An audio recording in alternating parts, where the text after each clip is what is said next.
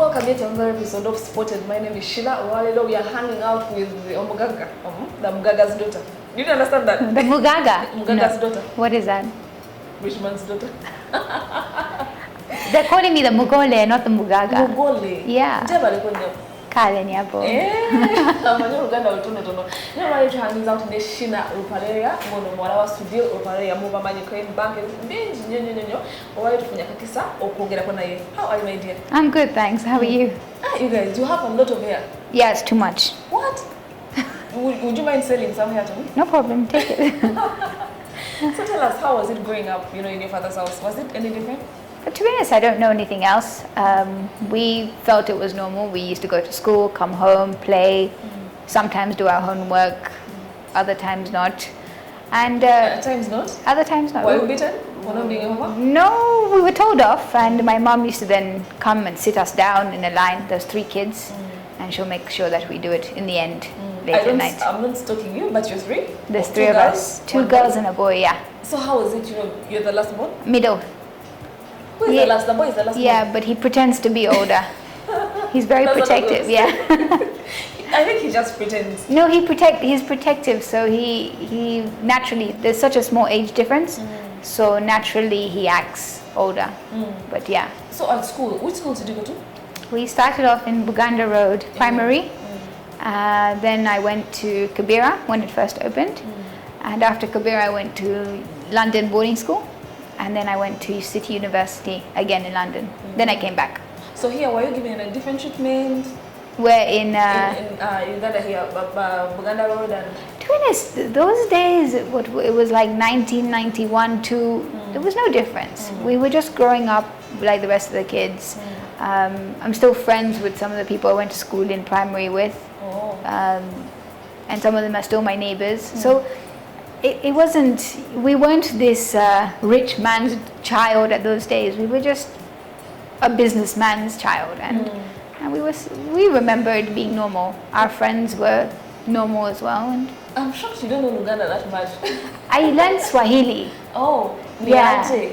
Well, not so good, Jambo, and my nanny was, she used to speak Swahili to me, so I could tell her what I want. I was like, "Mimi nataka yo," like that, but yeah, but not very slang, bad Swahili. So yeah, we learned that, and when I went to the UK, I forgot everything. So you went to do that. So, do you have any insecurities as well as a normal human being? Do you ever feel insecure? Insecure about anything? Yes, because people look at having money as everything, but you're a human being. Do you ever feel insecure? I mean, growing up, you're still a girl. Growing up, you've got to learn all these new things that happen to you. You're also growing up as to an adult, so there's responsibilities that come up, and like everyone, there's a lot of pressure to know whether you can make it or not make it, and all of that anxiety is there, whether you have money, whether you don't have money. We all feel the same. We're all human. So yeah, I had it. Dating life. Actually, I used to be quite a fat child. So probably because you fed on cereal, like burgers. Actually, no. Here I was not fat in Uganda. I actually grew up sports, it's such a beautiful country. We used to run around, me and my sister, we used to live on Buganda Road here, and me and my sister used to literally we'd run out the house, and there used to be a sweet shop at Sheraton. So, that freedom of running on the streets here in Uganda. Not being protected? Just running. And that gives you natural exercise. So even if I'm going to a sweet shop, I'm still running to the sweet shop. In London, the cold weather, one place. Yeah, you're in boarding school. And eating the sports, as well. Yeah, the food there is not as fresh as here. But yeah, just the fact that the sports, here I used to play football, there they didn't allow me. I used to play basketball, there it was netball. So you weren't... They used to say basketball was meant for a particular height, a particular size. Yeah, it's not true. When you're a child, anything is possible. Do you think I can play basketball? Yeah. Like my height? Probably, if you can jump, yeah. But as long as you can jump and you have good aim, I don't think it's that hard. So. But I'm not very good at it anymore, I won't lie.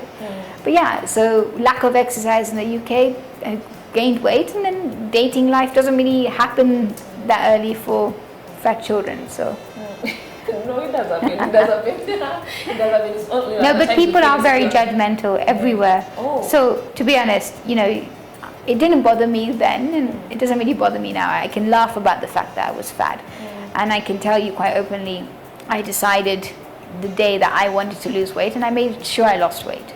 But eating, right? Dieting, gym, exercising. yeah, everything. It's the same story everyone tells you. I just ate healthy and I went to the gym. So there's nothing complicated about it. It was for me. I was insecure about my weight, but I never made it known, although people were judgmental. And when I realized I wanted to make a change, I made a change. Very easily. Did you break hearts or someone broke your heart? Yeah, I've not even been in that many relationships. I'm a very quiet person. My fiance, I've known him since I was 13. Oh, you engaged already? Yeah. Wow. Yeah. Thank you. So I've known him since I was 13, and it's been a friendship. And Childhood then sweetheart. no, we never started dating when we were young. We were friends, and you know, a bit of chemistry, a bit of chasing here and there, but we didn't really get serious. We never really, nothing really happened until about 3 years ago, and that's when we knew that it was going to get serious. So I'm someone who believes that for a girl there shouldn't be pressure to get into relationships because all your friends are getting into them. It's what you feel. You can have as many friends as you want, and you can do whatever you want, but respect yourself and make that decision for yourself. So I'm glad you've talked about it because, you know, here right in Uganda, Yeah. like different cultures are pressuring girls, you know, to go right ahead because they're thinking you're old enough now to get married. What are you still waiting for? Yeah. You know, I think those are wali or those are they don't have to pressure people to, you know, to get married. Let them, you know, catch time them Yeah. So now we're coming to the empire. Your dad is rich, I would say. So do you ever feel pressurized to also like work hard and be a team, or you're being yourself? So, you know, everyone says he's rich. He is. He's definitely done a lot. But the way we look at it is what has he done? Money came later. What did he do and why did he do it? He built a business that was there to serve people. He built schools in order to educate people. He built agricultural, you know, like rose farms, to make sure we create jobs as well as better the economy of Uganda. So money comes later. What you do and why you do it, you should love what you do first of all, and you should do it with all your heart and all your effort. So if you're going to do something, do it with everything you have. He was never always rich, and that's what we respect about him the most. And everyone talks about my father, but they always forget my mother. She was actually, no, that's the cliche that you may say, but the only qualified banker is my mum. She worked in Barclays Bank. In 72, of course, they had to leave the country.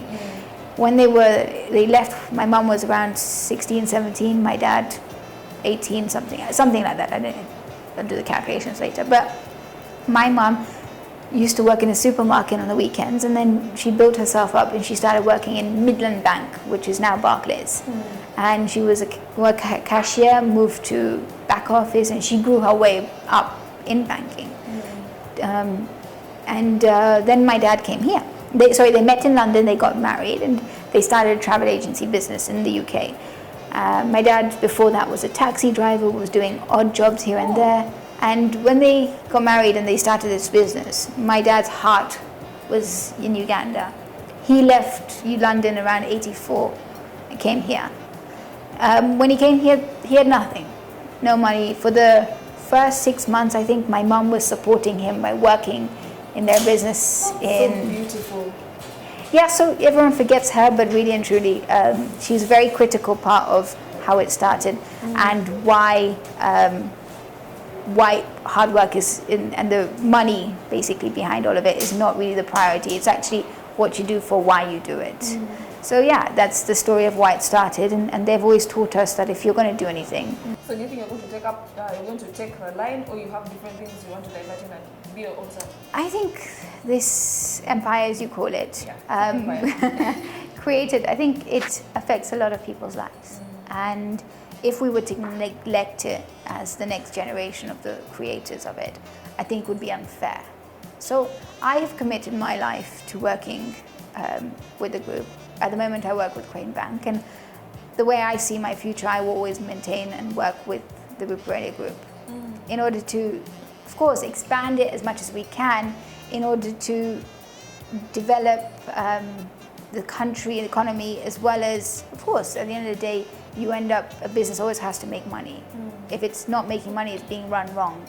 So to expand it will only create more jobs in the country, create more output in the country, and create more opportunity for other people.